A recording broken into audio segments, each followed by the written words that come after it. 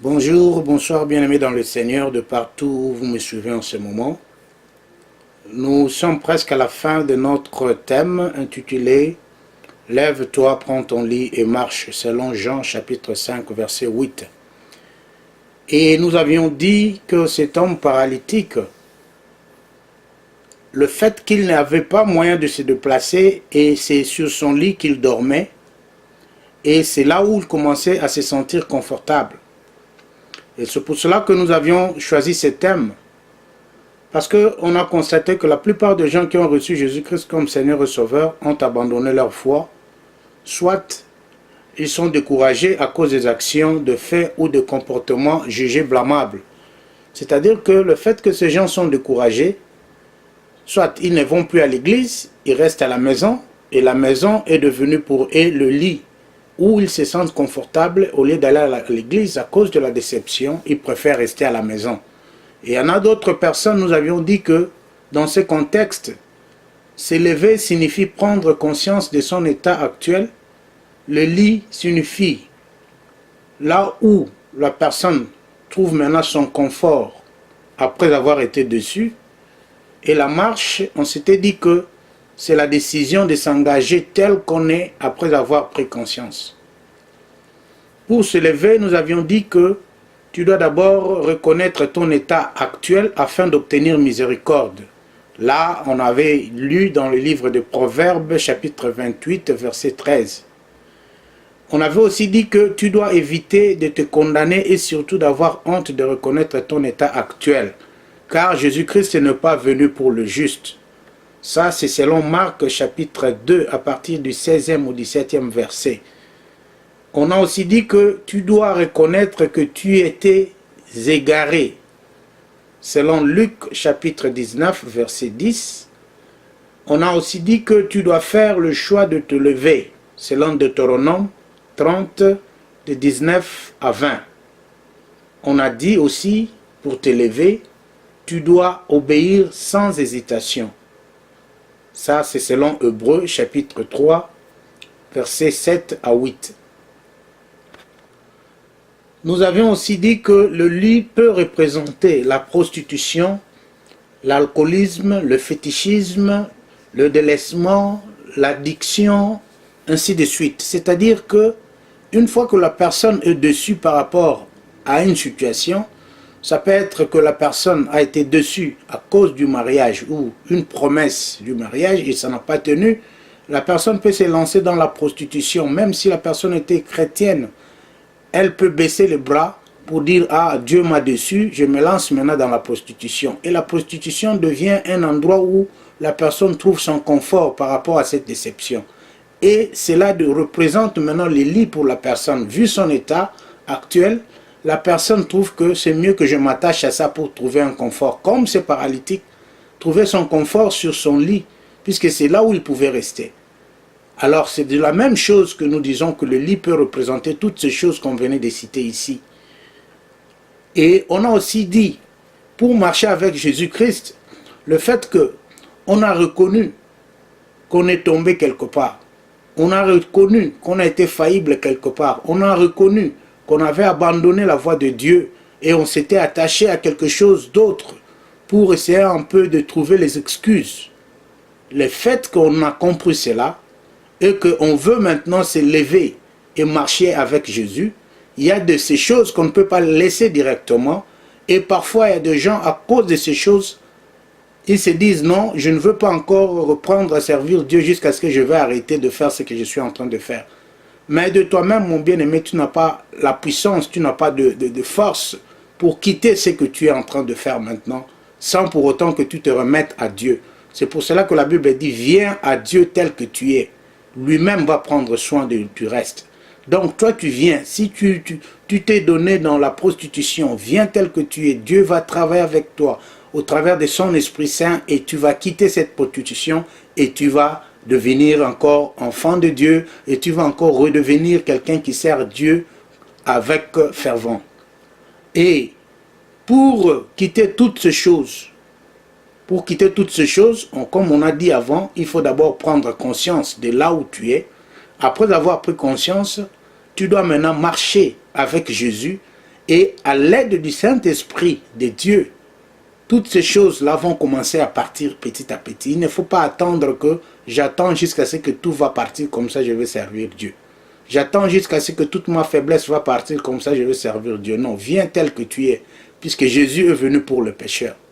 Jésus veut te sauver dans tes péchés. Jésus veut te sauver dans ce péché-là qui te retient encore en ce moment. Quitte, reçois Jésus et marche avec lui. En marchant avec lui, il va t'enseigner, il va te donner des méthodes, il va t'apprendre à comment obéir la parole de Dieu. Et en obéissant la parole de Dieu, ces genres de comportements vont commencer à fuir, à partir avec l'aide du Saint-Esprit. Et nous avions aussi dit que pour marcher avec Jésus, on doit d'abord commencer par lui faire confiance en Dieu. Selon Amos chapitre 3 verset 3. Si on ne fait pas confiance en Dieu, on ne peut pas marcher avec Dieu. Parce que quand on n'a pas confiance, on aura toujours des doutes. À chaque fois qu'il y aura une situation, tu vas toujours dire « Ah, je ne pense pas que Dieu peut faire ça ». Mais une fois que tu as confiance en Dieu, peu importe le temps, peu importe la difficulté, peu importe la situation, tu auras toujours cette pensée dans ton esprit que malgré ce que je suis en train de connaître, mon Dieu est en même.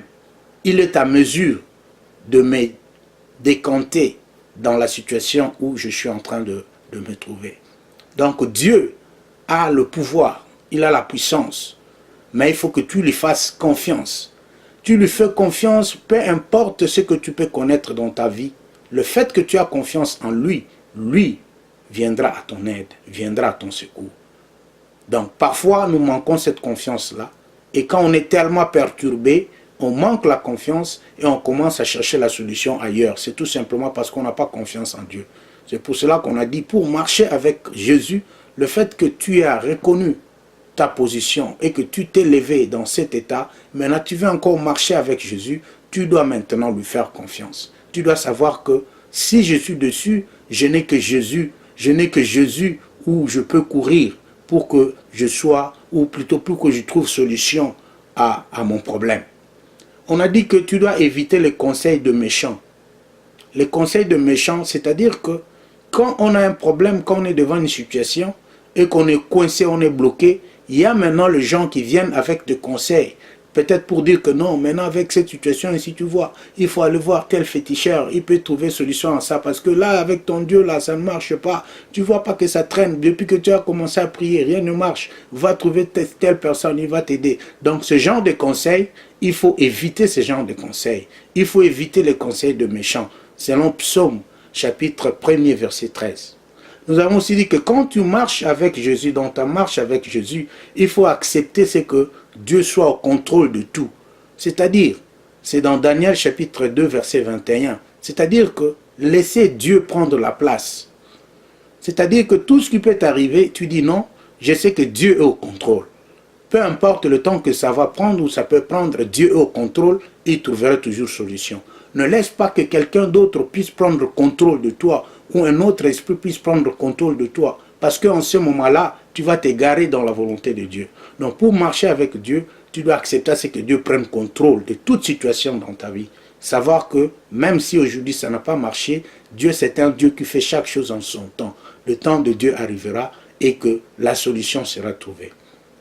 Nous avons aussi dit que pour marcher avec Jésus, dans ta marche avec Jésus, tu dois apprendre à être humble. Selon 1 Pierre chapitre 5, verset 5. Donc il faut être humble devant Dieu. Nous savons tous que la Bible dit que c'est l'humilité qui précède la gloire. Être humble devant Dieu. On a vu l'histoire des disciples quand Jésus voulait partir, quand il leur a parlé. Et les disciples commençaient à poser des questions. Jésus a vu leur intention.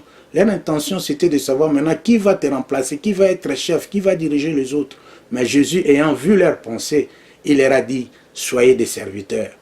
Ne cherchez pas à être des chefs. Parce que les gens veulent toujours être au-dessus des autres. Les gens veulent toujours être, veulent toujours être là pour commander les autres. Mais c'est mieux que tu sois au service des autres. Parce que Jésus est venu, il a été au service des autres. C'est ça, pour suivre Dieu, il faut aussi être humble. C'est en t'humiliant que tu verras la main de Dieu. Car la parole dit, Dieu résiste aux orgueilleux, mais il fait grâce aux humbles. La personne qui est humble, c'est la personne qui accepte sa position de faiblesse.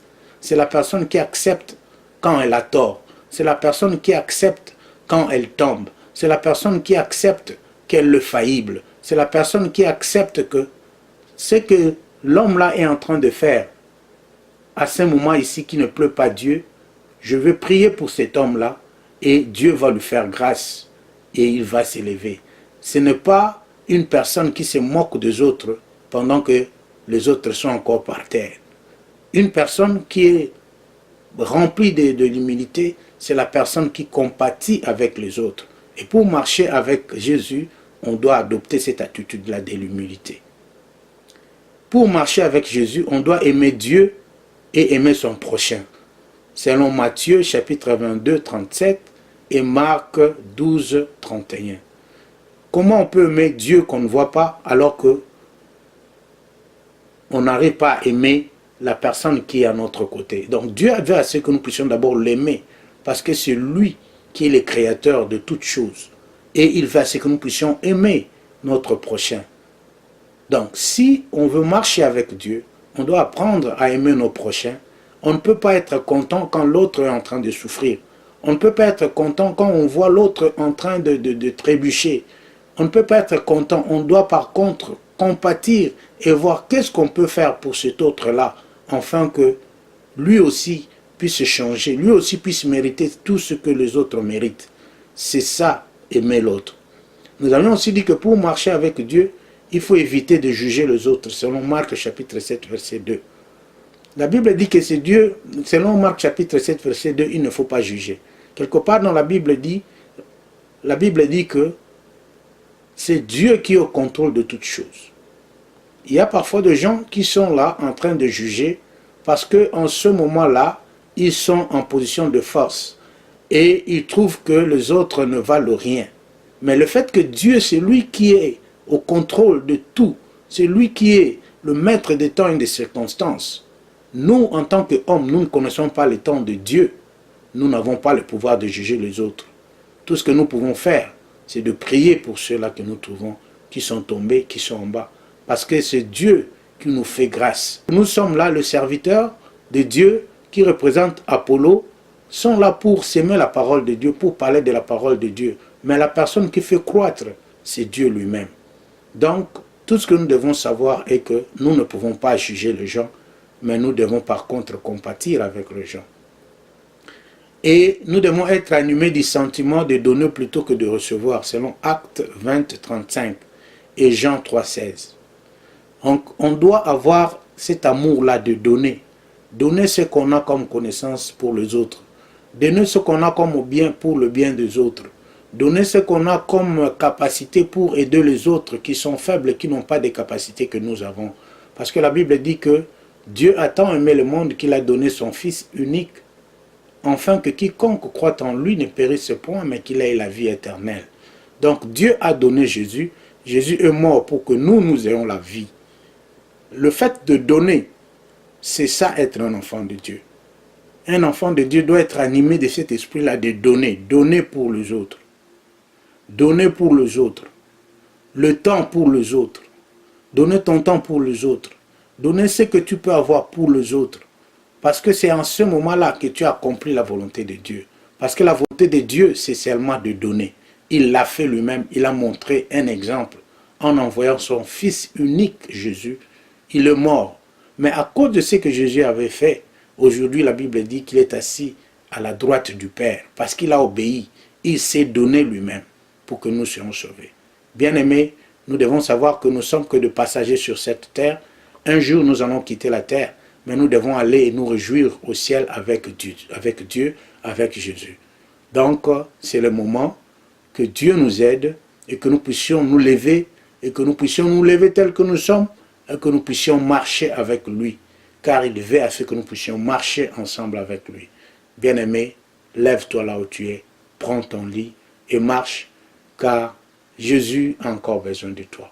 Que le Seigneur vous bénisse là où vous êtes, et j'espère que Dieu nous a aidés pendant ce temps qu'on a pris de partager sur le thème « Lève-toi, prends ton lit et marche. Merci, que le Seigneur vous bénisse. Bye bye.